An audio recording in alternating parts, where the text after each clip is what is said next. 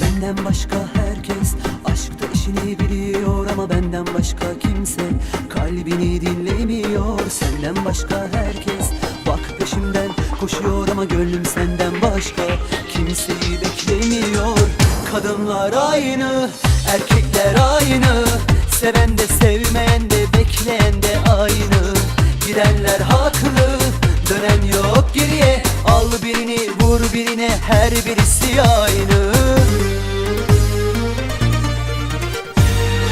Azar azar kader bize ne yazar? Böyle gelmiş böyle gitmez o kadar.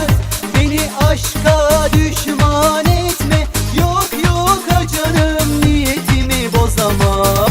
Azar azar kader bize ne yazar? Böyle gelmiş böyle gitmez o kadar. Beni aşka düşman etme, yok yok ha canım, niyetimi bozamam.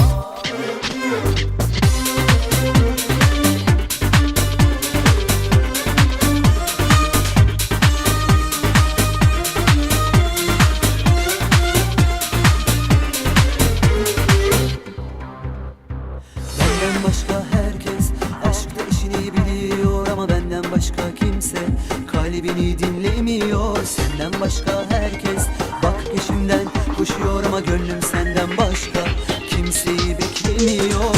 Kadınlar aynı, erkekler aynı, seven de sevmeyen de bekleyen de aynı.